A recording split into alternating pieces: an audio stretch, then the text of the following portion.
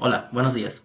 Mi nombre es Jesús Alberto Oliva Ramírez, alumno del Instituto Tecnológico de Tijuana y alumno de la materia de Estadística Inferencial. Para este caso, dentro de las actividades que vamos a estar hablando el día de hoy, vamos a hablar acerca del desarrollo de las actividades que se dejaron como tarea por parte del maestro y explicar cuáles son las respuestas en base a estas preguntas y asimismo el desarrollo de la explicación de algunos ciertos problemas estadísticos para poder conocer y inferir cuál puede ser el resultado o cuál puede ser realmente la respuesta a los mismos. Para el capítulo 1, que habla acerca de la introducción a la estadística, tenemos varios puntos particulares. En esta parte del trabajo se trató de consolidar las preguntas de una manera sensada y de una manera filtrada, de tal manera que tenga una secuencia y una estructura para poder ser explicada a lo largo del trabajo, y asimismo sea fácilmente ubicable para poder responder a estas preguntas. Las partes en color negra son las que son las preguntas o las descripciones que nos ayudan a determinar y entender cuál es en sí el problema. Y la parte verde es lo que vamos a estar determinando como parte de la respuesta que nos va a ayudar a sustentar el resultado de esa pregunta. Para el primer punto, como lo habíamos mencionado, el pensamiento estadístico, la primera pregunta nos dice que es una respuesta voluntaria, a la cual nosotros tenemos que definir qué es una muestra de respuesta voluntaria. Para esto, yo lo definí como que los investigadores en sí en el proceso de este tipo de respuestas obtienen datos de la parte de los sujetos que participan como voluntarios, pero solo se logran conclusiones válidas sobre un grupo de gente en particular. Una muestra de este tipo llega a ser defectuosa y no debe usarse para hacer afirmaciones generales sobre una población más grande.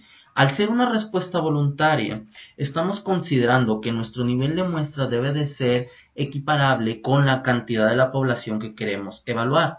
Normalmente, muchas de las veces se considera una muestra relativamente pequeña y damos por hecho un resultado en particular, pero no siempre debe de ser así. Se debe de tomar en cuenta una muestra bastante significativa para poder determinar y tomar una afirmación clara sobre una población bastante extensa. Para la pregunta número 4, que habla del contexto de los datos, usted reunió una muestra grande de valores. ¿Por qué es importante entender el contexto de los datos?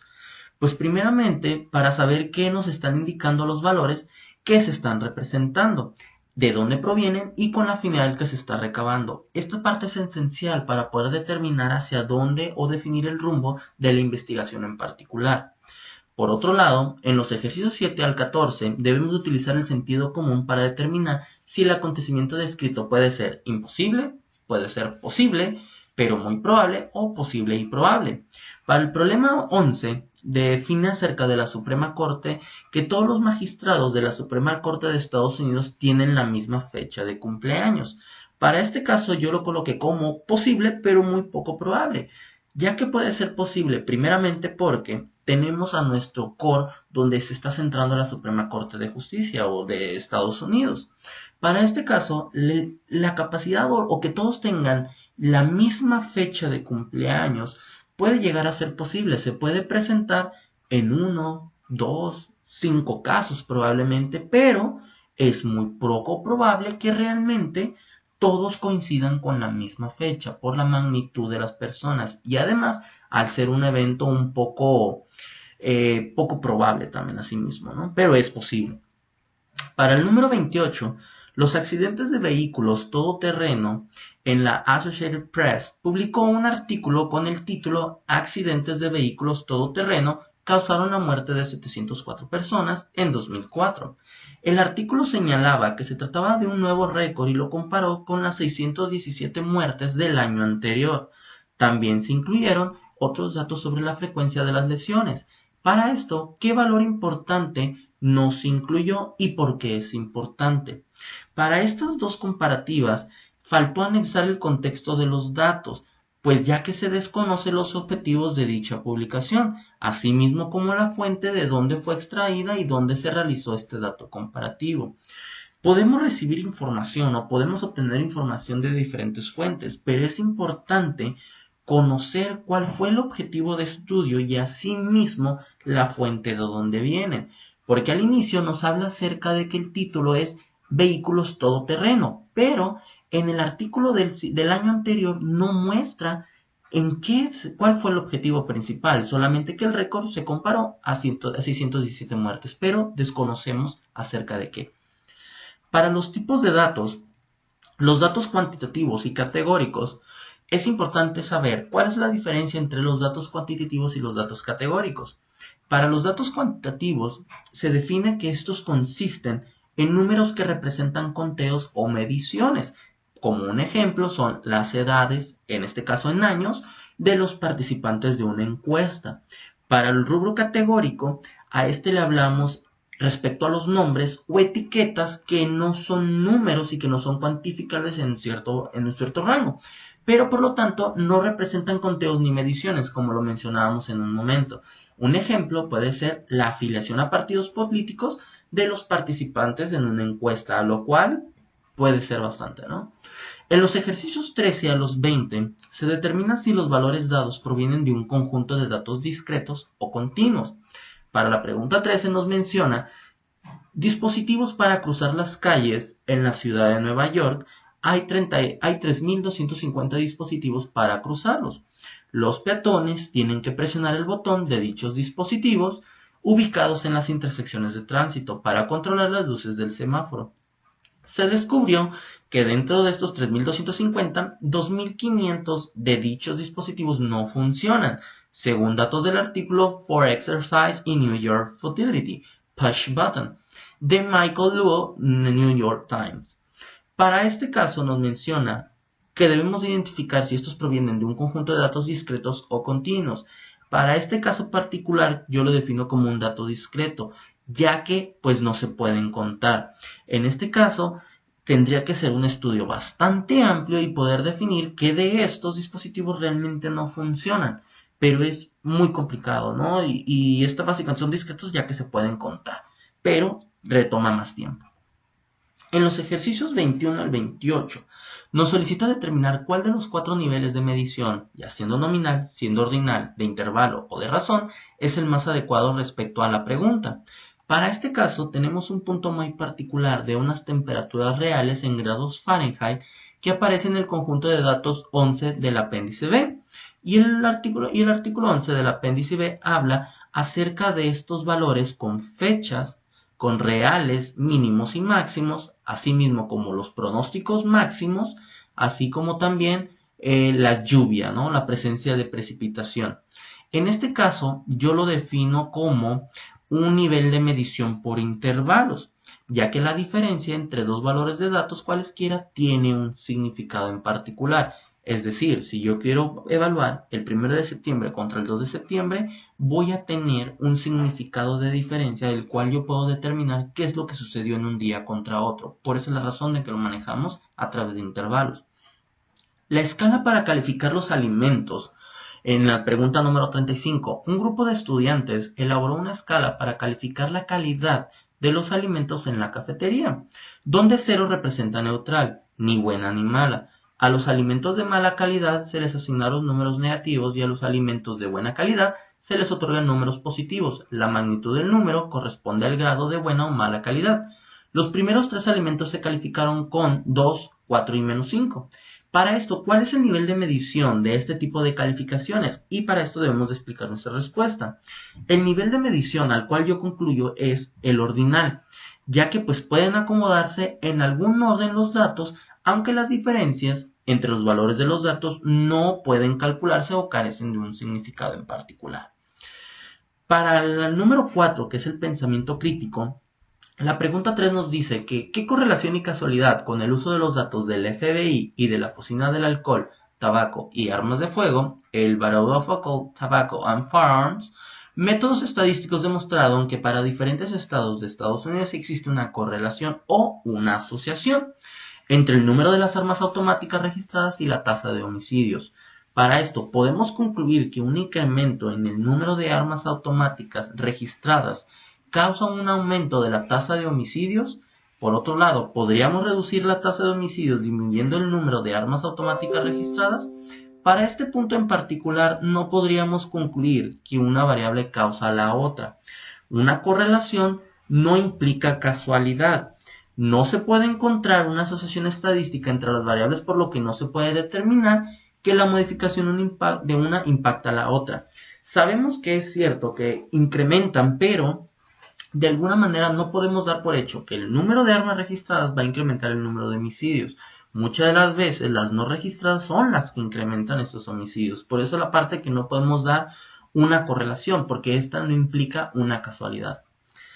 Por otro lado, para la pregunta número 11, ¿el chocolate es un alimento saludable? El New York Times publicó un artículo que incluía la siguiente afirmación. Por fin, el chocolate ocupa el lugar que merece en la pirámide alimenticia, junto a sus vecinos de clase alta, el vino tinto, las frutas, los vegetales y el té verde. Varios estudios, por otro lado, reportados en el Journal of Nutrition, revelaron que, después de comer chocolates, los sujetos a prueba incrementaron los niveles de antioxidantes en su sangre, por lo que el chocolate contiene flavonoides antioxidantes asociados con la disminución del riesgo de enfermedades cardíacas y accidentes vasculares cerebrales. Mars Inc., la empresa de dulces, y la Chocolate Manufacturers Association financiaron gran parte de la investigación. ¿Qué es incorrecto en este estudio? Principalmente, dentro del contexto del que nos habla, es un estudio para el propio beneficio, por lo que la validez y la confiabilidad pueden estar comprometidas, ya que realmente quien financió estos estudios fueron las empresas que se dedican a manufacturar ese tipo de productos. Para los porcentajes, en los ejercicios 21 a 28 es necesario responder las preguntas relacionadas a los porcentajes. Para la número 23, el porcentaje en una encuesta de Gallup fue aplicada a 734 usuarios de Internet, donde el 49% reveló que de manera frecuente u ocasional realiza compras en líneas. Para esto, ¿cuál es el número real de usuarios de Internet que afirmaron que compran en línea de manera frecuente u ocasional?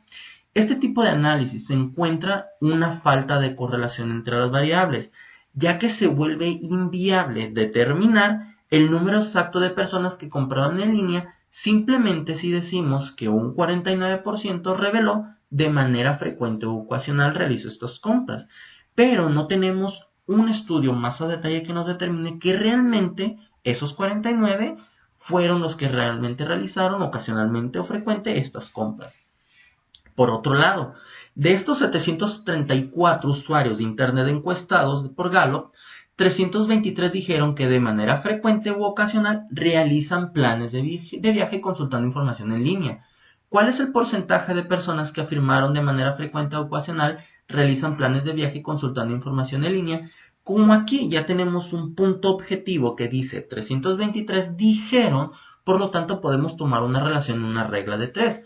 Considerando que 734 es nuestro 100%, y si el 323 que dijeron lo evaluamos dentro de la fórmula de la regla de 3, nos dice que el 44% toman que frecuentemente o ocasionalmente realizan planes de viaje consultando información en línea. Para la número 30, ¿qué está mal en este asunto? Nos pregunta. El periódico Newport Chronicle realizó una encuesta pidiendo a los lectores que llamaran y respondieran esta pregunta. ¿Apoya usted el desarrollo de armas atómicas que podrían matar a millones de personas inocentes? Para esto se reportó que 20 lectores respondieron y que el 87% dijo que no, mientras que el 13% respondió que sí. Identifique 4 fallas de esta encuesta. Principalmente por los datos que nos entrega, es que es una muestra de respuesta voluntaria. No fue realmente, solamente nos menciona que 20 lectores respondieron, por lo tanto no fue obligatoria, fue una encuesta al aire y de tal manera pues hubo resultados. Asimismo, se pretende encontrar una asociación estadística entre varias variables, particularmente en 2, y concluir que una de ellas la causa. ¿Ok? Posteriormente nos dice que la pregunta está induciendo una respuesta, por lo que nos dice que si usted apoya el desarrollo, lo cual no debería de ser. Y por otro, hay datos faltantes. Tenemos una faltante de datos, de lo cual no nos da un dato certero o un objetivo de estudio en particular. ¿Y qué es lo que queremos lograr con esta información? Para el punto 1.5, que es la recolección de los datos muestrales, el punto número 3 nos dice que muestra de conveniencia aleatoria simple. Un alumno de autor un alumno del autor elaboró una lista de sus amigos adultos y después encuestó a una muestra aleatoria simple de tales sujetos. Aunque se trata de una muestra aleatoria simple, es probable que los resultados sean representativos de la población general de adultos estadounidenses. ¿Por qué? Esto se da a que nos pregunta que si es probable. En este caso no es probable, ya que las conclusiones no se deben basar en muestras demasiado pequeñas. Como lo habíamos mencionado anteriormente, no podemos definir de una sola muestra pequeña todo lo que una población puede determinar. Tiene que ser una muestra significativa en base al volumen de la población que se está trabajando. Para los ejercicios 5 a 8 debemos determinar si la descripción dada corresponde a un estudio observacional o a un experimento. Para la pregunta 8 habla de una prueba de la equinacia. Un estudio sobre la eficacia de la equinacia incluyó 707 casos de infecciones del tracto respiratorio superior. Se suministró equinacia a 337 niños infectados, en tanto que 370 niños infectados recibieron placebos, según datos de la Efficacy and Safety of Echinacea in Treating Upper Respiratory Tract Infections in Children, de Taylor et al. Journal of the American Medical Association, del volumen 20 del número 21. Para esta pregunta, básicamente debemos de suponer o debemos de confirmar que el experimento, al no se aplican algunos tratamientos y luego se observan sus efectos. Es por tal razón que tal como se fue dando los estudios, pues no se aplican estos tratamientos y por tal no hay una observación de sus efectos como tal. Por tal razón es que en los ejercicios siguientes, el estudio para los planes de salud, se eligieron al azar 6 planes de salud y se encuestó a todos los miembros para conocer su nivel de satisfacción, con base en un proyecto patrocinado por la Corporación Research and Development, RAND, y el Center for Healthcare Policy and Evaluation. Para este tipo de estudio, el decir que se eligieron al azar, se considera que es un muestreo aleatorio simple. Para el número 34, que es un diseño muestral, en el artículo Cardiovascular Effects of Intravenous Tridotrin in Patients Undergoing Coronary Artery Bypass Graft Surgery, Journal of American Medical Association, volumen 275, número 9, los autores explican que los pacientes fueron asignados a uno de 3 grupos. 1. Un grupo tratado con triodotrina. 2. Un grupo tratado con una píldora de sal normal y dopamina. Y 3. Un grupo de placebo al que se le administró una píldora de sal normal. Los autores resumen el diseño muestral como un experimento prospectivo, aleatorio, doble ciego y controlado por placebo. Describamos el significado de cada uno de esos términos en el contexto dicho de estudio. Principalmente para la parte del experimento prospectivo, los datos se reunirán en el futuro y se toman de grupos llamados cohortes que comparten factores comunes. Para el método aleatorio, estos son aquellos que se verifican de puntos siguientes, es decir, se pueden repetir indefinidamente y simplemente las mismas condiciones y antes de realizar el experimento. Se conocen asimismo todos los resultados posibles, pero no es posible tener la certeza de cuál será el resultado del experimento. El doble ciego nos habla acerca que el investigador no sabe en qué grupo cae un paciente. Es un método experimental utilizado para garantizar la imparcialidad y evitar los errores derivados del sesgo. Mientras que el controlado por placebo, este es un tipo de ensayo clínico en el que un grupo de participantes recibe un medicamento inactivo, que recibe el nombre de placebo, mientras que otro grupo de participantes recibe el medicamento activo sometido a una prueba. Se comparan los dos grupos para ver si el medicamento es más eficaz que el placebo. Para el capítulo número 2, el resumen y gráficas de datos, hablamos de las distribuciones de frecuencias.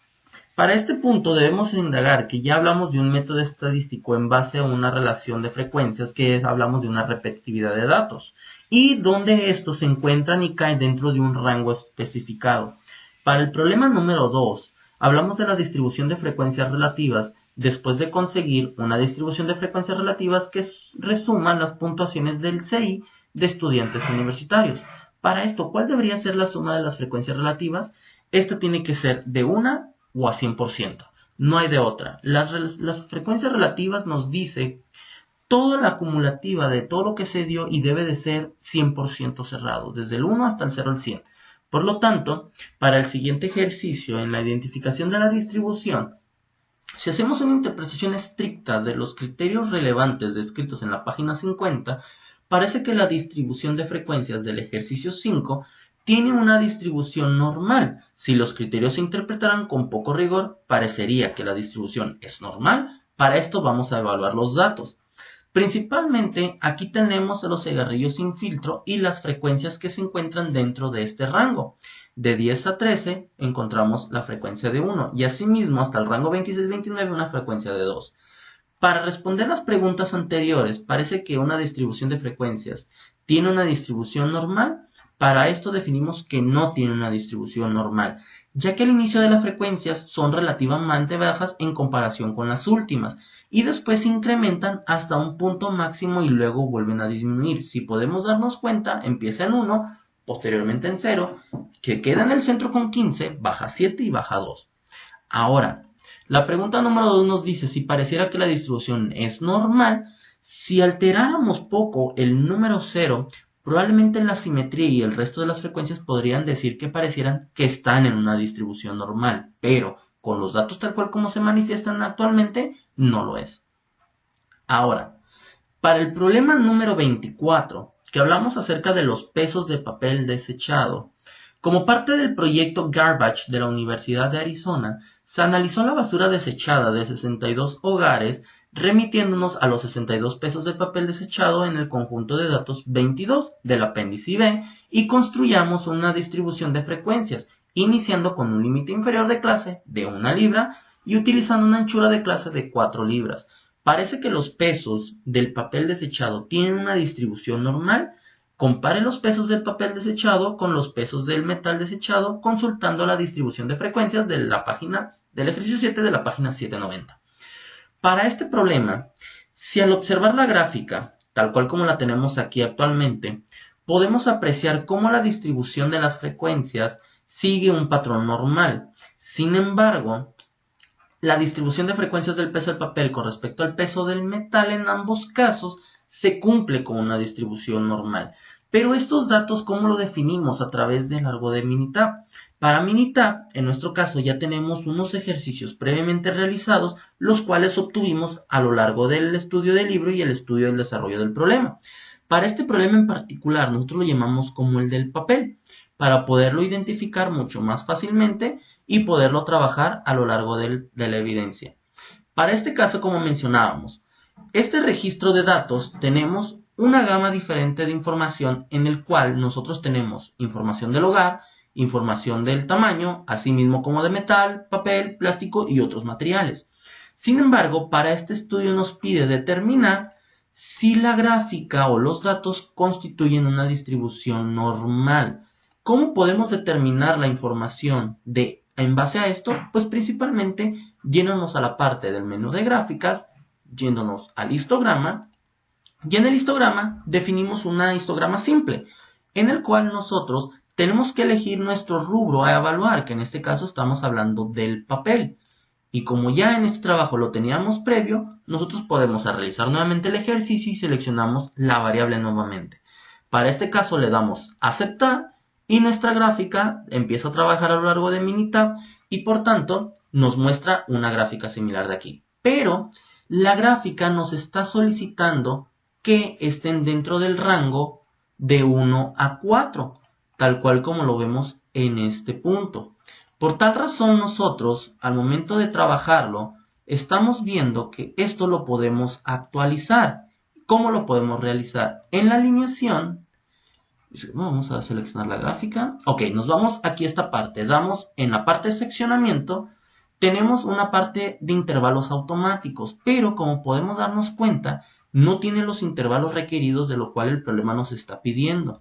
Entonces, por tanto, nosotros vamos a poner que son 8 intervalos, pero que este intervalo va a iniciar en 1 y posteriormente va a iniciar con un intervalo de 4 valores. Le damos a aceptar y en este caso se extendieron los intervalos y podemos darnos cuenta que de alguna forma tenemos los intervalos tal cual a la definición que nosotros tenemos. Y podemos darnos cuenta que esta gráfica representa una distribución normal, ya que nuestros datos se encuentran centrados en el punto medio.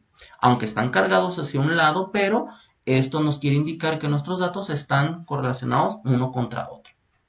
Muy bien, y esta es la manera en cómo podemos realizar las actividades en Minitab. En las actividades posteriores vamos a estar resumiendo un poquito esta actividad de tal manera que ya lo estamos viendo reflejado, solamente ya lo tenemos pretrabajado y vamos a poder evaluar qué fueron las modificaciones o las actividades del paso a paso que se hizo para poder mostrar la evidencia en el uso del Minitab. Muy bien, entonces nuestra gráfica nos está determinando que pues tenemos una relación. En este caso nosotros teníamos pues ciertos datos del cual pues nosotros tenemos que empezar a evaluar si están correlacionados o no de alguna manera. Ahora, para el número de clases, para la construcción de una distribución de frecuencias, los lineamientos de Sturges sugieren que el número ideal de clase puede aproximarse usando esta ecuación, donde n es el número de valores dados y para esto debemos utilizar un lineamiento para completar la tabla que aparece al margen. En este caso nosotros tenemos los valores que son de los datos y así el número ideal de clases. Utilizando esta ecuación nosotros podemos desarrollar que los diferentes valores de los datos pues van a relacionarse en esta relación y en esta parte incremental. Por esa razón nosotros definimos que el número de clases pues se van a estar relacionando en este caso, ¿no? Ahora, para los histogramas, un conjunto pequeño de datos donde la población de las edades de todos los presidentes de Estados Unidos con un grado militar en el momento de la toma de posesión es de 62, 46, 68, 64, 57, ¿por qué no tendría sentido construir un histograma para este conjunto de datos? Como podemos darnos cuenta, los valores están bastante dispersos. Por lo tanto, con un conjunto de datos asimismo pequeños, la verdadera naturaleza de la distribución no se puede observar en el histograma. Uno, son dos factores. En este caso es la cantidad de datos y por otro lado, los límites como están definidos, esta dispersión de los datos. Ahora, para el problema número 14, las medidas del voltaje de un generador utiliza la distribución de frecuencias del ejercicio número 22 en la sección 2.2 para construir un histograma. Si se utiliza una interpretación muy poco estricta de los criterios relevantes, parece que el resultado es una distribución normal. Hay que comparar este histograma con el ejercicio 13. Para esto vamos a abrir el ejercicio de los voltajes que ya lo teníamos previamente realizado para poderlo validar y poderlo mencionar en esta actividad. Para esto, nuestros datos vienen relacionados de esta manera, donde vienen los datos de la bolsa en la casa, en el generador y en el dispositivo. Para este punto a nosotros nos dice que utilicemos la medida del voltaje del generador. Para esta actividad nosotros vamos a trabajar en este punto donde lo vamos a evaluar. Nuestra gráfica se encuentra de esta parte donde hablamos del generador. Para este caso nuestra distribución normal veamos cómo se manifiesta. Tiene una distribución con ciertos datos centrados pero se encuentran inclinados hacia uno de los costados. Para eso tanto nosotros podemos concluir o inferir que sí parece que la interpretación de los resultados están dentro de la distribución normal, aunque en el ejercicio 13 nos invitan a tomar como referencia la distribución de frecuencias de los datos del ejercicio 5, y al analizar esta parte nos podemos percatar que el histograma del ejercicio 13 no corresponde con una distribución de frecuencias normal en relación a este dato. Ahora, y aquí podemos ver esta información, tal cual como lo habíamos visto en el problema anterior, donde lo tenemos categorizado aquí mismo. Bien, para el histograma del que es el número 13, lo estamos evaluando aquí posteriormente, que es donde nosotros estamos evaluando realmente la dispersión de estos datos. Muy bien. Ahora, para el ejercicio número 22, la interpretación de los efectos de los valores atípicos, es necesario remitirnos a la cantidad de los datos del apéndice B sobre las cargas axiales de las latas de aluminio de 0.011 pulgadas de grosor y la carga de 504 libras en un valor atípico porque se encuentra muy alejado de los demás valores. Para esto debemos de construir un histograma que incluya el valor de 504 libras y luego construir otro histograma sin ese valor. En ambos casos debemos iniciar la primera clase en 200 libras y utilizando una anchura de clase de 20 libras, planteando una generalización sobre el efecto que tendría un valor atípico en un histograma. Para este caso, como nos pide un vato sin la carga, que es en este caso la carga de 504 libras, y una con sí y otra con no, pues principalmente con la carga de 500 libras podemos darnos cuenta que la dispersión de los datos es bastante amplia. Y a diferencia, si nosotros removemos ese dato, la dispersión de los datos es más cercana. Y para este ejercicio nosotros lo podemos revisar si nos vamos al dato específico del problema. En este caso vamos a hablar de la interpretación de estos datos, de las cargas. Entonces vamos a buscar el ejercicio y vamos a evaluar dónde está, que es... no, estamos en FICO, descripción, banco, aluminio.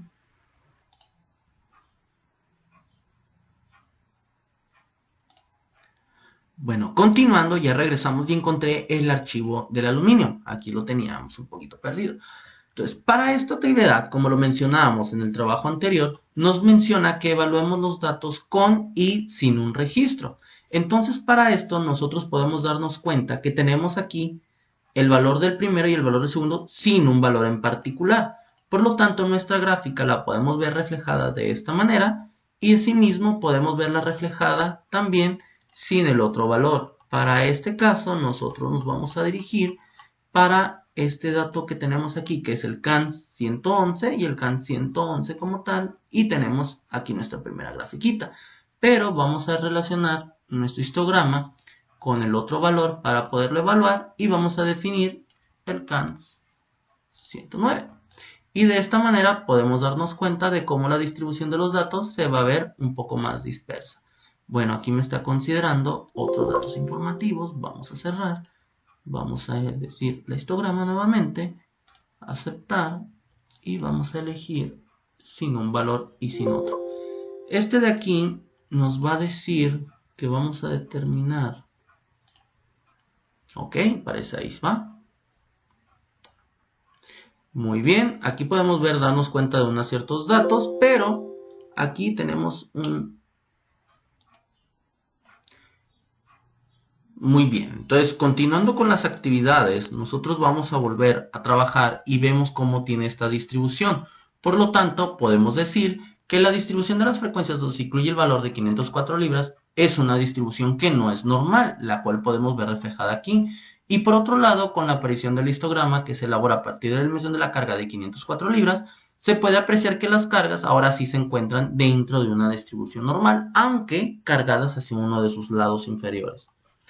Para la gráfica estadística, en este punto en particular, el ejemplo 9 incluye un diagrama de dispersión de los datos de las temperaturas y los chirridos de los grillos. En general, ¿qué tipo de datos se requieren para la construcción de un diagrama de dispersión y que revela este tipo de gráfica acerca de los datos? Para esto, primeramente debemos de entender que nuestra gráfica se manifiesta de esta forma. Probablemente exista una correlación, pero debemos de darnos a entender y debemos de comprender también qué tipos de datos se requieren para esta construcción de la dispersión. Pues para esto, los datos de los chirridos de los grillos y las temperaturas registradas, ya que al introducir los datos se puede ver cómo existe una correlación entre el incremento de la temperatura, que está en este rubro, contra los chirridos de los grillos, por lo que es un tipo de correlación positiva. A menor temperatura, poco el chillido de los grillos. A mayor temperatura es mucho más el chirrido de los grillos. Entonces, esta es una correlación positiva de tal manera que podemos verlo gráficamente.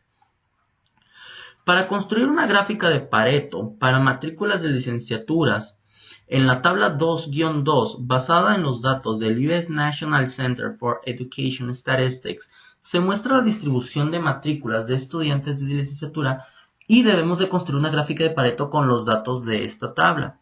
Para este problema ya tenemos un ejercicio realizado, entonces vamos a optar por abrirlo y vamos a buscar nuestro Pareto de universidades. En este caso, nosotros ya tenemos previamente realizado el ejercicio con los datos alimentados, realizando una correlación entre estos registros.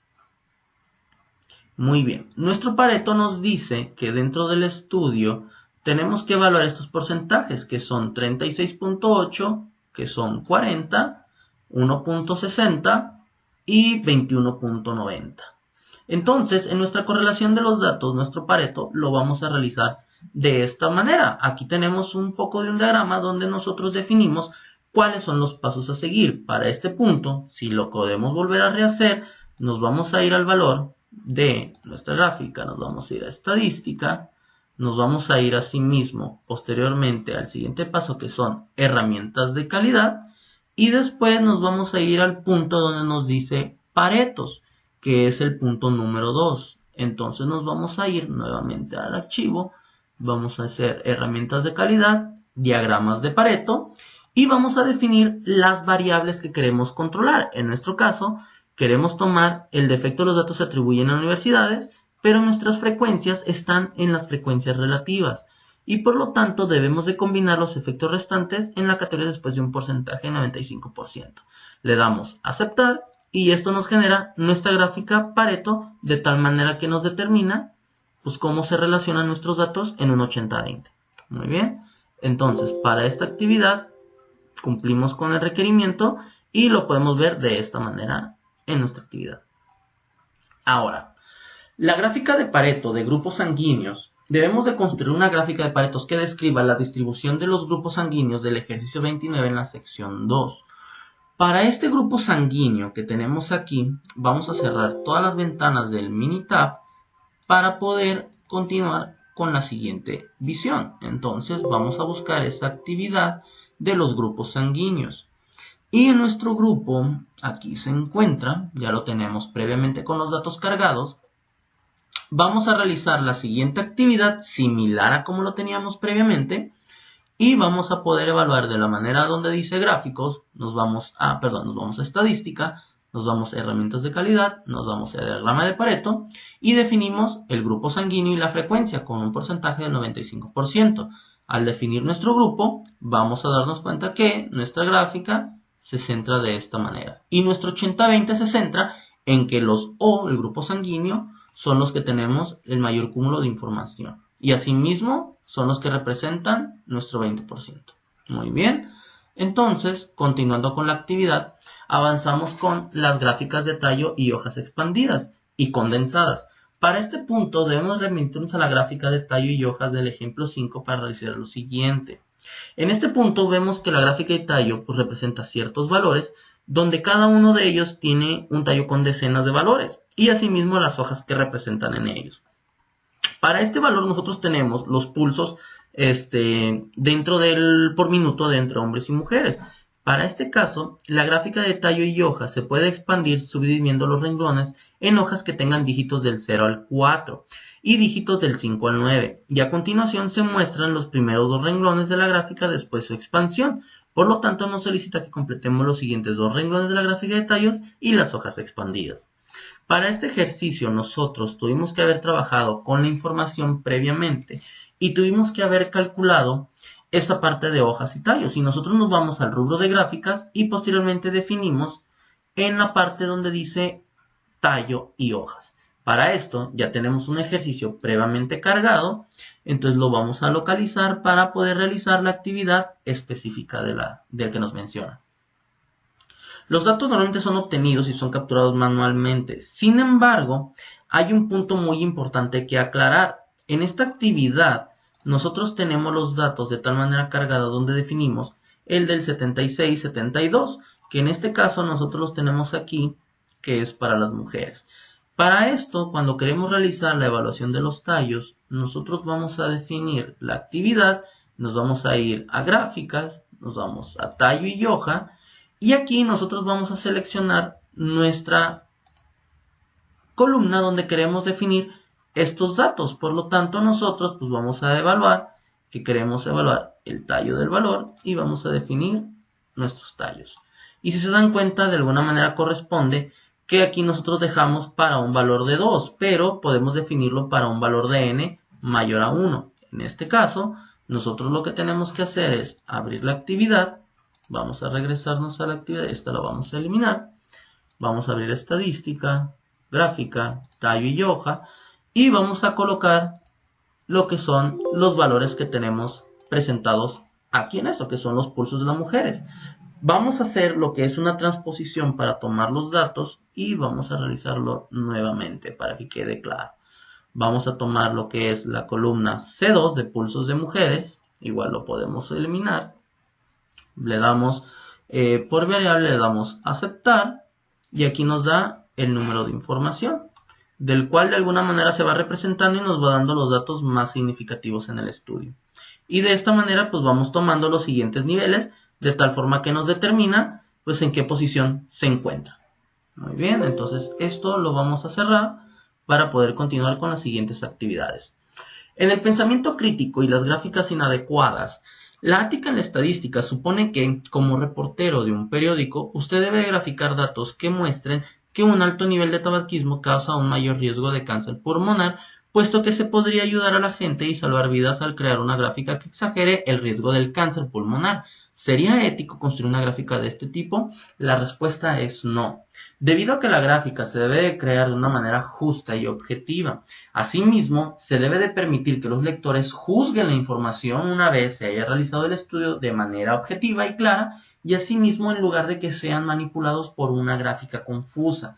Entonces, de alguna manera un estudio debe de ser sin fines de lucro, de tal manera que nos muestre la información relevante y nos ayude a empezar a tomar una decisión. Ahora, para el ejercicio número 5, las gráficas de peso. Según los datos de Gordon, Churchill, Cluster, las mujeres tienen un peso promedio o una medida de peso de 137 libras o 62 kilogramos. Y los hombres tienen un peso promedio o una medida de peso de 179 libras o 78 kilogramos. En las gráficas que se muestran al margen se representan estos promedios. Las gráficas describen los datos de forma imparcial y por qué. Aquí, como podemos ver en hombres y mujeres, pues presentamos una gráfica de barras con un peso promedio que nos determina cómo se encuentra este comportamiento. Pero contestando la pregunta, si se muestran márgenes donde se insignifican, describen los datos de forma imparcial, podemos decir que de alguna manera no se describen de manera imparcial, ya que los pesos son medidas unidimensionales que nos ayudan y la gráfica utiliza áreas, de manera que el peso medido de los hombres parece ser mucho mayor de lo que en realidad es. Sin embargo, con base a estos valores dados, los hombres pesan alrededor de un 25% más que las mujeres. Sin embargo, con el uso de las áreas, la gráfica indica que los hombres pesan alrededor de un 58% más que estas mujeres. Por esa razón no se puede inferir de que las gráficas muestren un dato de forma imparcial. Ahora, en la gráfica número 12, o la gráfica de barras de estudiantes de licenciatura en un año reciente, se considera que los estudiantes asistirán a la universidad con un programa académico de 2 años y el resto de los estudiantes de licenciatura acudían a universidades con programas a 4 años, según los datos del US National Center for Education Statistics. Para este caso debemos construir una gráfica de barras que sea engañosa al exagerar la diferencia entre los dos porcentajes. Para este caso nosotros queremos definir la diferencia entre los 2 años y los 4 años y asimismo cómo se va viendo la relación de estos datos. Para este punto nosotros podemos volver a trabajar con el archivo de los estudiantes, que en este caso le vamos a llamar el alumnos, ¿dónde están? Vamos a hablar de universidades, porcentajes. Para este caso vamos a manipular la información, de tal manera evaluar todo esto que nos está evaluando si podemos hacer una manera engañosa y exagerar las diferencias. Para este caso nosotros podemos determinar que si queremos esta gráfica, pues podemos evaluar que el diagrama de nuestros datos, vamos a ponerlo por acá, aquí lo tenemos. Pero si se dan cuenta, podemos ver que tenemos en 2 años y en 4 años tenemos una diferencia abismal, ya que nuestra frecuencia relativa nos dice que 15 de estos en 2 años es su programa y 4 de ellos son 61. Pero, ¿qué sucede si nosotros manipulamos la información ahora con los datos más certeros? Para este caso vamos a hacer una gráfica de barras, nos vamos a ir directamente a gráfica de barras y vamos a seleccionar conteos de valores únicos en aceptar y vamos a definir los valores que queremos tomar. En este caso vamos a definir la columna C3. Le damos a aceptar y podemos ver las diferencias que existen entre cada uno de estos datos. Si nos podemos dar cuenta, podemos ver que esta información determina que nos está entregando un valor erróneo, pero podemos controlarlo de esta manera. solamente definiendo cuántos están en 2 años y cuántos están en 4. Vamos nuevamente a gráfica de barras, vamos una función de una variable, valores de una tabla, vamos a tomar aceptar y vamos a definir que nos considere las frecuencias relativas. Para este caso vamos a tomar la columna C3, le damos a aceptar y listo, aquí está. Aquí en este punto ya podemos considerar las dos diferencias y cómo se controló y se manipuló la información contra uno y contra otro dato. Entonces, de alguna manera, de forma gráfica, podemos determinar que sí se puede construir gráficas engañosas y de esta manera poder engañar al auditorio. Y de una manera muy mala. Entonces, de esta forma, nosotros podemos tener el análisis y los datos certeros para poder definir un objetivo en particular y asimismo una respuesta a los lectores. Ahora, para el problema número 2, en promedio, un encabezado del USA Today afirmaba que el ingreso familiar promedio cae de 2.3%. ¿Qué papel tiene promedio en estadísticas? ¿Se debería utilizar otro término en lugar de la palabra promedio? Pues para esto, el promedio en estadística se conoce como la media y mediana. Y la media es un conjunto de datos en la medida de tendencia central discriminada, sumando los valores y dividiendo el total entre el número de valores. El fin de esta medida es primero calcular la suma de todos los valores dados y luego dividirla entre la cantidad de esos mismos valores para poder obtener la media porcentual. Ahora, para las puntuaciones FICO, a continuación se presentan las calificaciones de crédito de una muestra aleatoria de la empresa FICO. Cuando se escribió este libro, la calificación FICO media reportada era 678. Al parecer, las puntuaciones FICO de la muestra son consistentes en la medida reportada.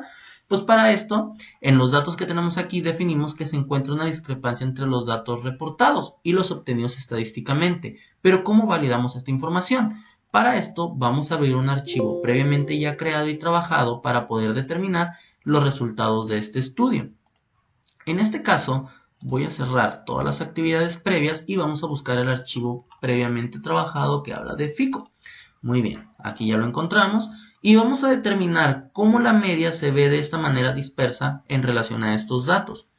Nuestros datos, si podemos darnos cuenta, ya los tenemos capturados de este lado o en este lado. Lo que hicimos fue una transposición para poder tener un marco de referencia más exacto y calculamos lo que fue la media. Pues para esto nos vamos al área de estadísticas, nos vamos a estadísticas básicas y en este punto nos vamos a mostrar estadísticas descriptivas. En este caso seleccionamos nuestra variable que va a ser la número C2 y vamos a darle estadísticas. Normalmente todos estos campos están llenos, sin embargo hay una forma estratégica para poder eliminarlos y poder trabajar de manera adecuada y poder seleccionar la medida que queremos trabajar. Normalmente es seleccionando el punto de ninguna o seleccionando todas, pero como por default tenemos esta información, seleccionamos ninguna y seleccionamos la unidad de medida que queremos evaluar. Le damos aceptar, finalmente le damos aceptar y nuestro valor estadístico nos da que la media se centra en 760.9, lo cual es lo mismo que tenemos reflejado aquí y se centra en una discrepancia entre los datos reportados y los obtenidos estadísticamente. Ahora, este siguiente problema trabaja de la forma muy similar, sin embargo hablamos de satélites. A continuación se presenta una lista de satélites en órbita, propiedad de diferentes países. Un país tiene un número excepcional de satélites, ¿podría adivinar de qué país se trata? Para esto, se puede suponer que existe un país con un número excepcional de satélites de 158, pero, sin embargo, no son datos que quedan a la duda, ya que no sabemos qué países son los que participaron en esta investigación. Ahora, para el análisis de voltajes de una casa, remítase al conjunto de datos 13, apéndice B, y compare las medidas y las medianas de los conjuntos diferentes del nivel de voltaje medidos. Para este caso, parece que los tres grupos tienen aproximadamente el mismo voltaje. Esta es una información ya trabajada previamente, del cual nosotros ya tenemos un archivo trabajado. Vamos a cerrar la información anterior y vamos a trabajar el dato de los voltajes. Para este caso, vamos a abrir el problema de voltaje. Y vamos a continuar con el análisis, pero ahora con una estadística descriptiva, donde vamos a hablar de la media y la mediana de estos valores. Para este trabajo nosotros ya tenemos aquí un trabajo previo realizado, pero vamos a realizarlo de tal manera que nos ayude a identificar como podemos hacerlo desde cero. Para este caso nosotros tenemos que seleccionar las variables a trabajar, que en este caso es los volts en la casa, lo que es el generador de volts y el dispositivo en volts. Y asimismo en la parte estadística seleccionar las unidades de medida que queremos evaluar, que es la media y la mediana. Le damos a aceptar y automáticamente nos va a entregar los datos reflejados aquí de esta manera. A lo cual nosotros lo colocamos de tal manera que nos ayude a determinar que parece que los tres grupos tienen aproximadamente el mismo voltaje. Si podemos ver en la media y la mediana son datos muy cercanos, asimismo como en los demás variables que fueron parte del estudio. Ahora, la mediana, cuando los datos se resumen en una distribución de frecuencias, la mediana puede calcularse identificando primero la clase de la mediana. La clase de esta contiene a la mediana. Luego suponemos que los valores en esa clase se distribuyen de manera uniforme y que podemos interpolar si n es la suma de todas las frecuencias de clase y m es la suma de las frecuencias de clase que proceden en la clase de la mediana. La mediana se puede calcular de la siguiente forma. Aquí tenemos una ecuación matemática que nos ayuda a determinar de manera particular cómo calcularla. Ahora, para este procedimiento debemos de calcular la mediana de la distribución de frecuencias del ejercicio 29, en el cual, ¿qué diferencias existen entre este resultado y la mediana de la lista original de los datos, que es de 20, y cuál es la mediana el mejor cálculo para las tablas de frecuencias o el valor de los 20? Para este caso, se calculó de igual manera, como lo hemos hecho anteriormente, y se calculó la mediana que se centra en los datos números 2. Por lo tanto, en este caso los valores de 20 miligramos, el valor de 20 es mejor porque se basa en los datos originales y no incluye una interpolación.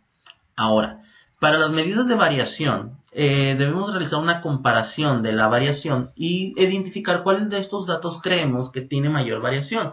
Los ingresos de una muestra de lotería simple de 100 adultos elegidos de la población general o los ingresos de una muestra de lotería simple de 100 profesores de estadística. ¿Por qué? Ahora, estos valores, como lo vimos, pues los ingresos de un adulto de población general deberían tener mayor variación, ya que todos ganan diferentes.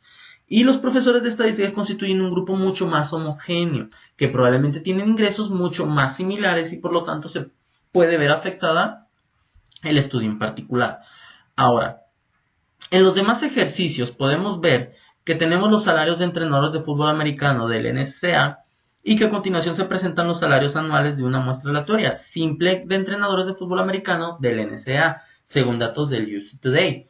¿Qué cambios se observarían en la desviación estándar si se omitiera el salario más alto? Para este caso tenemos de igual manera un ejercicio ya realizado, el cual vamos a cerrar nuevamente todas las actividades previas y vamos a buscar esa actividad. Lo tenemos aquí como salarios. Tal cual dentro del estudio calculamos de todos los datos sus desviaciones estándar y nos vimos reflejado que si eliminamos el dato de mayor valor, el cual representa ser de 360,000, pues podemos evaluar que, es de 1.231.421, pues podemos evaluar que la desviación estándar se centra a un valor mucho menor, lo cual quiere significar que hay una disminución significativa cuando se emite ese salario más alto. Pero ¿cómo lo determinamos nosotros en Minitab?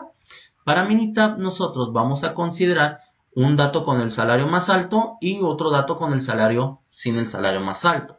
Entonces nos vamos a ir a estadística básica, vamos a mostrar estadística diferencial, seleccionamos la columna número 1, al cual llamamos salario, y seleccionamos la estadística de la desviación estándar, en el cual nosotros podemos ver reflejado o inclusive podemos agregar ambas para evaluar las diferencias entre una y otra, pero vamos a ver cuál es el comportamiento que tiene. Vamos a considerar las dos variables, estadísticas básicas, mostrar estadísticas básicas, consideramos C1 y C2, estadísticas desviación estándar, vamos a aceptar y aceptar. Y nuestras variaciones se centran de esta manera, de tal forma que podemos revisar que en salario, sin considerar el salario más alto, su desviación estándar es aún mucho menor. Entonces, de esta manera podemos determinar que tiene una disminución significativa cuando su salario más alto se elimina. Y asimismo podemos irnos a los diferentes ejercicios, pero para poder terminar dentro del lapso, vamos a avanzarnos a otro problema mucho más significativo. Por ejemplo, en estas actividades donde hablamos de las medidas de posición relativa y gráficas de caja. A continuación, que nos indican los valores de este 0, de 116, 215 y 424, pues podemos determinar que 0 horas es la duración del vuelo más corto y el primer cuartil es de 166 horas, el segundo cuartil o la mediana es de 215 y el tercer cuartil y así sucesivamente para poder realizar estas actividades. Para este ejercicio como tal, vamos a evaluar que tenemos un ejercicio de el percentil de estos valores. Tenemos ya actividades previamente realizadas, tal cual como la que tenemos de los percentiles.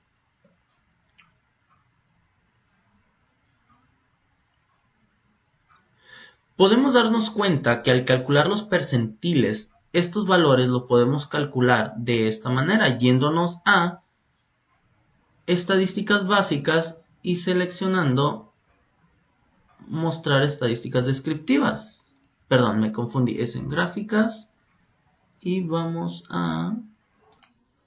Muy bien, bueno, como comentábamos, para poder calcular los percentiles del valor que queremos ver reflejado en la actividad, digamos, de esta secuencia de valores, para el percentil 65 nos da un valor de 56.25.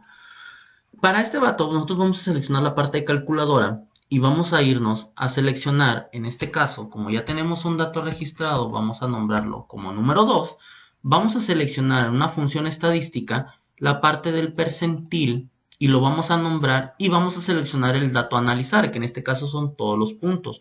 Una vez definido también dentro del percentil el porcentaje que representa dentro de esta secuencia lógica, pues vamos a seleccionar el punto 65 ya que es el que queremos analizar. Le damos a aceptar y automáticamente nos entrega que el percentil de todos estos valores se encuentra entre 56.25 y de tal manera nosotros vamos reflejándolo así y consecutivamente para los demás ejercicios lo vamos evaluando de la misma manera. Ahora, para los deciles y quintiles es exactamente igual, funciona de la misma manera. Dentro de esta secuencia de datos nosotros podemos evaluarlo con el ejercicio ya previamente realizado y aquí lo vamos a colocar en...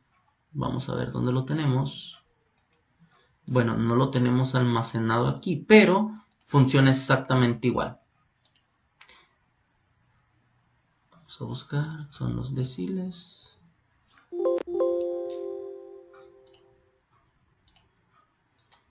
Bueno, de igual manera tenemos estos datos y podemos calcularlo de tal manera matemática, inclusive podemos definirlo aquí también, si en dado caso por Minitab no nos funciona o no tenemos los datos a la mano, podemos calcularlo manualmente, siempre y cuando tengamos esta relación de información. Entonces con la fórmula, pues estas son las que tenemos aquí, donde n es el número de las muestras, considerando el total de todas estas muestras, que son 35, entre el valor de los intervalos, que en este caso pues consideramos que es 35 por 1, ya que queremos encontrar el valor número 1, de entre el decil 10 de 10 secuencias y por tanto nos da el 3.5 y si localizamos el número 3.5 sería 1, 2, 3, 3.5 está entre 6, 5 y 7 entonces nuestro valor está entre el 6.8 a lo largo de este valor. Posteriormente para el valor de 7 pues sucede exactamente lo mismo y así para los siguientes valores consecutivos. Asimismo podemos calcularlo para los quintiles y de tal manera determinando el valor entre 5, de tal forma que vamos a tener los mismos resultados. Ahora, para PowerPoint de la distribución de frecuencias, los pulsos de mujeres utilizados anteriormente en otros ejercicios los estamos siguiendo evaluando para construir un procedimiento de una distribución de frecuencias. En este caso nos solicita determinar qué clase se desea, el cual debe estar entre 5 y 20. El número que elija puede verse afectado por la comodidad de usar cifras enteras. Para esto, para calcular las anchuras de las clases se considera el valor más alto menos el valor más bajo. Para nuestro valor más alto estamos considerando que tenemos un valor de 124 debido a que se presentan dentro de este rango y para el valor menor se presentan entre los valores de 60 y aquí tenemos el valor de 60 como el menor y el valor de 124 como el mayor en este otro punto. Por lo tanto, una vez realizando el cálculo nos dice que la anchura de la clase debe de ser de 9.14 valores y esto quiere decir que la anchura de esta clase va de entre clase a clase en un valor de 9.14 que se puede redondear a 10. Si nos damos cuenta va de 60 a 69 y continúa con el 70. Y si continuamos y realizamos la matemática nos da una diferencia de 10 a un valor redondeado. pero asimismo se comienza a elegir un número para el límite inferior de la primera clase, el cual nuestro límite inferior es de 60. Y usando estos límites se asume que la anchura o la primera clase de la anchura de la clase procede a listar los demás límites, tal cual como lo empezamos a definir en este punto, de acuerdo a esta anchura de clase. Anotando los límites inferiores, pues estamos dando cuenta que nuestro límite inferior se encuentra entre 9, por lo tanto van de 60 a 69 y por lo tanto se va manejando a lo largo de este tiempo. Ahora, para tomar el valor de cada uno de estos datos, pongamos una marca la siguiente adecuada, agregando las marcas para obtener la frecuencia total de cada clase. Asimismo, se consideran estos resultados y la suma de todas las frecuencias debe de ser igual a 40. Por lo tanto, las frecuencias de clase, suma total de las frecuencias por 100, nos empieza a dar el porcentaje de las frecuencias relativas. Y la suma de todo esto nos tiene que dar lo más cercano al 100%. Ahora, para los demás ejercicios, estamos utilizando ahora los datos de los hombres. Y en este caso, con los datos de los hombres tal cual metidos en Minitab, estamos evaluando que se presenta una frecuencia de distribución normal. Sin embargo, es importante evaluarlas de tal forma que podamos revisar la información de tal manera que nos ayude a determinar si estas frecuencias están bastante relacionadas o correlacionadas. Pero como estamos evaluando, si nos dice que nada más una distribución de frecuencias incluye 10 clases, pues la distribución de las frecuencias del pulso del hombre se ven bastante claras. Y aquí podemos ver que la relación entre las clases es de valores de 10 y se presenta una distribución normal, aunque cargada hacia uno de sus límites inferiores. Ahora, la relación en dientes de lo que tenemos aquí de estos datos, pues podemos al meterlos al Minitab, podemos evaluar que se presenta una distribución normal de tal manera siguiendo una clase que tenemos de 10 datos aproximadamente entre ellos y pues podemos ver que esos datos se encuentran bastante centrados. Asimismo podemos irnos a los demás ejercicios y de esta manera vamos explicando a detalle cómo se va desarrollando esta actividad y asimismo los resultados que vamos teniendo en base al análisis y de esta manera poder estar evaluando cómo los problemas nos están ayudando de tal manera a tomar una decisión y poder trabajar con esta información en un siguiente paso. Ahora, estamos evaluando que son demasiadas actividades, entonces por lo tanto vamos a estar reforzando esta actividad a lo largo de los siguientes cursos y por lo tanto podemos estar trabajando con estas actividades. Por mi parte sería todo, nada más nos faltaría explicar el proyecto que queremos aplicar y cómo con el uso de Minitab y todas las actividades desarrolladas aquí actualmente, cómo nos ayudan a poder evaluar ese análisis y poder llegar a un proyecto en particular. Por mi parte sería todo, muchas gracias. Hola, buenos días. Dentro del proyecto de la materia de estadística inferencial, vamos a hablar acerca de los Gauge RR o Gauge Repeatability and Reproducibility, el cual hace un estudio de la repetibilidad y reproducibilidad en el sistema de medición. Este trabajo es presentado por el alumno Jesús Alberto Olivar Ramírez del Instituto Tecnológico de Tijuana, estudiante de la materia de estadística inferencial. Como parte del proyecto, como mencionaba hace un momento, nos vamos a centrar en el estudio de esta metodología. ¿Para qué nos va a servir? Es lo importante que lo vamos a definir y asimismo dónde lo vamos a aplicar. Para esto, lo que vamos a realizar nosotros es, primero, trabajar en un esquema de trabajo. Vamos a definir qué es el concepto del estudio de la repetibilidad y la reproducibilidad, asimismo como en el campo de estudio donde vamos a hacer enfoque, qué metodología se va a utilizar y asimismo qué implica esta metodología. Para poder trabajar y entender este tipo de trabajo, primero hay que definir qué es lo que nos va a ayudar esta actividad o este método. Primeramente, el RR es un sistema que combina la variación de la repetibilidad y la reproducibilidad de una tarea. En otras palabras, este es igual a la variación de la suma dentro del sistema y entre los sistemas de variación. En pocas palabras, lo que quiere decir es que esta metodología nos ayuda a investigar en cuanto a la repetibilidad de una actividad, qué tanta variabilidad existe en el sistema de medición y cuánto es causada por ese dispositivo. Asimismo también en la reproducibilidad, qué tanto la variabilidad del sistema de medición que se está usando es causada por las diferencias entre el método utilizado por cada operador. Asimismo también nos va a ayudar a evaluar si la variabilidad del sistema de medición que se está utilizando es relativamente pequeña en comparación con la variabilidad del proceso. y por otro lado, si el sistema de medición es capaz de distinguir entre estas diferentes partes esas variaciones. El área de estudio donde lo vamos a implicar primeramente va a ser en una empresa donde varios operadores miden las distintas mediciones o dimensiones que aseguran que se cumplan con las especificaciones de acuerdo al plano, lo cual refiere a un número de parte en particular. En algunos de los problemas que normalmente se presentan a causa de las mediciones son las siguientes: se obtienen demasiadas tarjetas rojas o se generan alertas de calidad para poder sustentar y poder controlar el proceso como tal. Asimismo, se generan rechazos de material, a lo cual nosotros conocemos como las NCRs o reportes de no conformidad. Y por último, lo más crítico es el scrap por defectos. Normalmente, los rechazos que se generan en esta empresa son considerados como defecto del proceso, es decir, el proceso de manufactura como tal, cuando se produce la pieza, es el principal contribuidor del defecto en base al punto de soldado, y esto va relacionado con el ajuste de la maquinaria o por problemas de la materia prima. Pero hay un caso muy particular. En este caso, nunca se consideran los rechazos por el método de medición que es utilizado por los inspectores de calidad o asimismo por el equipo de medición que es utilizado. Esa es la parte de la controversia que existe. Por tal razón, el estudio RR nos va a poder determinar, eliminar esas variaciones y asimismo poder controlar el proceso de tal manera que nos va a ayudar a determinar si existe una correlación entre el método de medición y los rechazos y el scrap, y asimismo si las mediciones o los ajustes que se realizan en la maquinaria son principalmente las causas de estos defectos. Para la validación de la aplicación de este método, principalmente nos va a indicar si los inspectores son consistentes en sus mediciones, y es decir, del mismo número de parte, a lo cual le llamamos la repetitividad. Y por otro lado, si la variación entre los inspectores y cada uno de ellos en su método de aplicación es consistente, a lo cual le llamamos la reproducibilidad.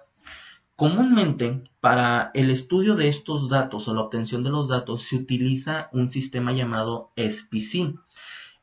Si en algún dado de los otros registros se presenta alguna variación que está fuera de los límites específicos, el material tiende a rechazarse o tiende a controlarse de una manera muy particular. Pero da la casualidad que horas más tarde, que se inspecciona nuevamente el material a un nivel de detalle específico, este material tiende a ser bueno y regresa a la línea de producción sin ningún control, ya que de alguna manera el material es bueno. El RR básicamente nos va a poder ayudar a eliminar algunas variables que nos generan ruido y determinar si solamente el proceso, como lo habíamos mencionado anteriormente, es el principal contribuidor de la generación de los defectos en el proceso. Esto de alguna manera nos va a dar un sustento confiable para tener en realidad un proceso de medición, si es confiable o es poco confiable, encontrando asimismo las áreas de oportunidad para determinar los nuevos controles en el proceso de medición para reducir los rechazos de calidad, siendo por un criterio del inspector o por un proceso con un análisis poco sustentado. La metodología, como habíamos dicho, ya hablamos de la definición y de qué manera nos va a poder ayudar el RR para poder solucionar nuestros problemas. Sin embargo, debemos de trabajar de una manera concreta de poderlo medir. Para este caso vamos a utilizar la metodología de Mike de Six Sigma.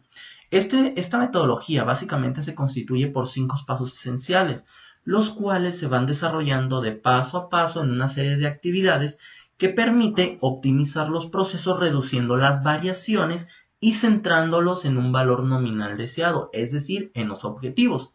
Para el primer punto es importante definir cuál es el problema que queremos resolver.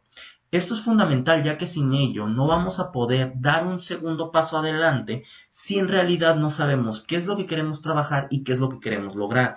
Para esto es fundamental establecer unos correctos KPIs o métricos que nos van a ayudar a tener un mejor conocimiento de la situación. El segundo paso consiste en una medición, el cual, una vez de haber definido nuestro problema y haber obtenido los métricos que necesitamos para poder trabajar y entender el problema, los métricos que se siguen ayudan a conocer la situación en la que se encuentra el problema que queremos resolver, es decir, cómo ha evolucionado a lo largo del tiempo y de esta manera tener un histórico que nos ayude a tener una parte de medición y de esta manera tomar decisiones. Sin embargo, debemos medir estos parámetros y establecer un seguimiento que nos permita en un futuro poder analizar situaciones o comportamientos de los cuales no teníamos noción. Además, el tercer punto, una vez teniendo los dos anteriores, habla del aspecto de analizar. Con los datos, una vez que se hayan recolectado a lo largo del tiempo, el periodo que uno defina, se debe de realizar un análisis de estos mismos datos, ya que se trata de averiguar las razones por las cuales el problema se está dando o una actividad está fallando como tal. Es por esa razón que deben de llevarse acciones correctivas al problema y asimismo mejorar los métricos que hemos marcado como objetivo. Esta es la parte del ciclo de mejora que nos va a ayudar a determinar ciertos valores y asimismo el análisis nos va a determinar un sentido hacia el objeto de investigado. Finalmente, tenemos los otros dos puntos, el 4 que habla acerca de la mejora y en este caso se hace hincapié específica en que llega el momento de poner en marcha acciones necesarias para mejorar la situación actual. Y asimismo, una vez que se implementen esas mejoras, se debe de controlar. Y esta parte es llevar a cabo las acciones y asimismo llevar un control acerca de las mismas, asegurando que se implementen de manera correcta y eficiente y que los objetivos que se hayan plantado básicamente se cumplan. El de Mike, dentro del primer punto, como lo habíamos mencionado, y parte de este proyecto que se planea desarrollar a lo largo de 3 semestres, básicamente vamos a empezar con la definición. En primer lugar, se debe definir el problema que queremos resolver. Y aquí tenemos una breve descripción que nos va a definir cuál es nuestro enfoque tal cual. Para este caso, la empresa Acme presenta en sus procesos varios rechazos que son considerados como defecto por parte del proceso de manufactura, es decir, por una mala calidad de soldado basado en el ajuste de la maquinaria o por problemas con la materia prima. Pero se necesita evaluar que el método de medición que se desempeña en el área por medio de los inspectores de calidad también sea el adecuado para asegurar que no hay variación que afecte la toma de la decisión en el proceso y se confirme básicamente que los defectos son provenientes de esos factores o con un estudio que los sustente. Nuestro problema va no solamente a decir que el defecto es por la maquinaria o por la materia prima, también debemos de considerar que los métodos de mediciones son los adecuados para poder sustentar que realmente no hay una variación o que nuestro control de medición es el óptimo para poder definir que el defecto realmente proviene desde la máquina en no ajuste o por problemas de la materia prima. Para este caso, una vez definiendo nuestro objetivo a alcanzar, debemos de entender cuáles son los partes o los números de parte que queremos estudiar. Básicamente nuestra primera parte es el paso 5, es nuestro subensamble final. Sin embargo, este subensamble final se compone de varios componentes que son 4 pasos anteriores, a lo cual llamamos contact blade, pictel blade, bimetal yoke, bimetal terminal y finalmente el subensamble final. Si podemos darnos cuenta, la mayoría son metales que están soldados en un punto específico para poder tener una función particular, que a final de cuentas, en el subensamble final, pues va a tener un siguiente paso en las líneas de ensamble. Ahora, ya definimos nuestro problema y definimos cuáles son los objetos que vamos a analizar. Para esto nos tenemos que ir al segundo paso del sistema de Mike, que en este caso es la medición. Y dentro del proceso de manufactura se debe de correlacionar los parámetros de medición que se están tomando en el momento con las especificaciones que el plano solicita. Estamos de acuerdo que se debe de hacer uso de una hoja de validación que considera los datos esenciales del proceso, así mismo como del número de parte. Para este caso nosotros consideramos los datos esenciales como los límites superiores y los límites superiores que nos va a determinar si la medición de acuerdo al proceso están centrados o no, o se encuentran dentro o fuera del spec. Para esto, la hoja de validación anota puntos importantes tales como el número de parte, la descripción del proceso, el número de parte, la descripción del número de parte y los parámetros de la máquina, los cuales son esenciales para poder tener una referencia de qué es lo que se le hizo a la máquina y asimismo cuáles fueron los resultados al momento de realizar las mediciones. Por otro lado, una vez completando esa información, es necesario colocar los límites superiores e inferiores que determinan si la parte cumple o no con las medidas especificadas. Para esto es importante saber qué se va a medir en cada número de parte. Para este caso nosotros consideramos el paso número 1, que es del subensamble final. En este caso, nuestros límites o nuestras partes a estudiar son principalmente el grosor del contacto, por otro lado es la dimensión del blade con el contacto, la dimensión que se tiene en el centrado de las piezas, asimismo el centrado en una de sus caras, que cual le llamamos lado B, y otra pieza en sus caras en el centrado en el lado A. Asimismo también medimos el paralelo que existe entre estas partes y la dimensión del contacto, así como la resistencia de soldadura que se presenta entre estos los dos materiales. Dentro de una vez ya realizando la medición, independientemente del equipo que se quede a realizar, debemos de considerar que cada de estos puntos debe de tener un equipo específico. Y para esto, obviamente lo vamos a trabajar más adelante en el desarrollo y en los métodos de evaluación, pero principalmente nos queremos centrar en los datos, lo que estamos midiendo actualmente. Para este caso, estos datos fueron recolectados del sistema SPC, tal como lo habíamos mencionado en un inicio. Y las mediciones indican que la parte pasó la prueba, ya que nosotros lo podemos ver en la parte inferior. Pero hay algo que está latente. Se presentaron 3 medidas de las cuales se tendrán que analizar más adelante, ya que de alguna manera estos representan algo esencial para poder evaluar si fue un problema dentro de la parte o fue por el método de medición o el equipo, lo cual realmente, si nos centramos a analizar los datos, son los únicos que están más desfasados dentro del análisis.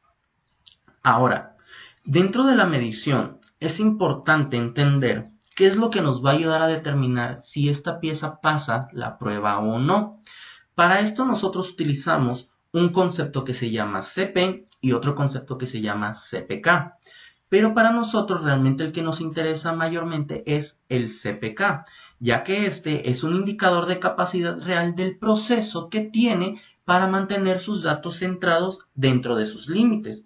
Y es por tal razón que todo proceso industrial que está sometido a una serie de factores de carácter aleatorio debe de hacer o debe de considerar que sus productos es imposible fabricarlos exactamente iguales. Pero es esencial que todos estos datos deben de reducir la variabilidad y asimismo se deben de mantener dentro de los límites. Es aquí donde el CPK nos va a ayudar a determinar si están dentro o fuera de este valor. Y como requisito que pide el CPK es que si la producción está con un CPK mayor a 1, este se considera que tiene una capacidad real de proceso bastante bueno y centrado dentro de sus límites. Ahora, dentro de la medición y los datos que ya habíamos tomado previamente, el CPK nos entrega una gráfica como tal. Y aquí en esta gráfica en particular estamos tomando el ejemplo del centrado, que es el cual anteriormente habíamos definido como los puntos críticos que nos había dado un resultado muy particular y que queríamos resolver y analizar más adelante. Para este punto sabemos que el CPK nos da 0.82 y podemos ver que existe una distribución normal, pero los rangos de los datos están centrados en un punto y hay una ligera dispersión entre ellos. Por lo tanto, podemos decir que no es un proceso malo, sin embargo, sí es necesario un estudio mucho más a detalle para poder determinar si esta variación o esta separación entre la correlación de los datos es a causa del método de inspección o es a causa del proceso que realmente al momento de medirlo se detectó esta anomalía. Sin embargo, cabe decir que estando en un rango de 0.82 a 1 es un proceso bueno. No podemos decir que es un proceso malo, pero sin embargo es un proceso que presenta áreas de oportunidad. Y es por tal razón que se debe realizar un análisis más a detalle al respecto de esto. Ahora, aquí vimos la presentación de nuestros resultados y este es el proyecto del cual queremos trabajar. Sin embargo, debemos de entender cómo realizamos este tipo de análisis. En Minitab sabemos que de alguna forma es una herramienta estadística que nos va a ayudar a determinar y realizar análisis estadísticos de una manera mucho más sencilla. Como podemos darnos cuenta, nosotros tomamos todos los datos del registro de los centrados y asimismo las mediciones que se tuvieron en estas piezas. Nosotros consideramos una muestra de 30 piezas. Ahora, para poder nosotros ver reflejado la gráfica de nuestro CPK y asimismo poder determinar si están dentro o están fuera o su comportamiento del proceso, para esto nosotros nos vamos a la parte de estadísticas, nos vamos a herramientas de calidad y vamos a elegir análisis de capacidad. Y dentro de este rubro vamos a elegir si está dentro del límite o está entre los límites. Y la gráfica nos va a pedir que elijamos el dato donde están los datos organizados. En este caso, pues elegimos la columna de centrado y para nosotros tomamos la muestra de un subgrupo de 2 para delimitar y determinar cuál es la diferencia entre uno y otro de los datos. Y especificamos el límite inferior a menos 0,1 y el límite superior a 0,01, ya que nuestros límites están a más menos 0,01 de datos. Entonces para esto nosotros vamos a darle a aceptar y asimismo el Minita va a empezar a realizar el análisis y de esta manera nos va a determinar cómo se centran nuestros datos. De alguna manera, nuestra variedad de los datos no es muy constante, todos se encuentran centrados, pero la mayor concentración se presenta en estos puntos, a lo cual nuestro CPK se baja a 0,82, lo cual nos quiere decir que presenta oportunidades en el proceso. Aquí podemos ver nuestro límite inferior y aquí podemos ver nuestro límite superior. A lo que podemos ver reflejado contra el CP y el CPK, quiere decir que nuestros datos están más cargados hacia uno de los límites, y en este caso podemos ver que están hacia el límite superior. Esta es una parte del estudio del cual nosotros queremos enfocarnos como proyecto y vamos a estar analizando más adelante para poder determinar si el método utilizado para el método de medición a través de estos gauges es el adecuado y asimismo si estos tienen los procesos de calibración y de mejora para poder determinar una buena medición.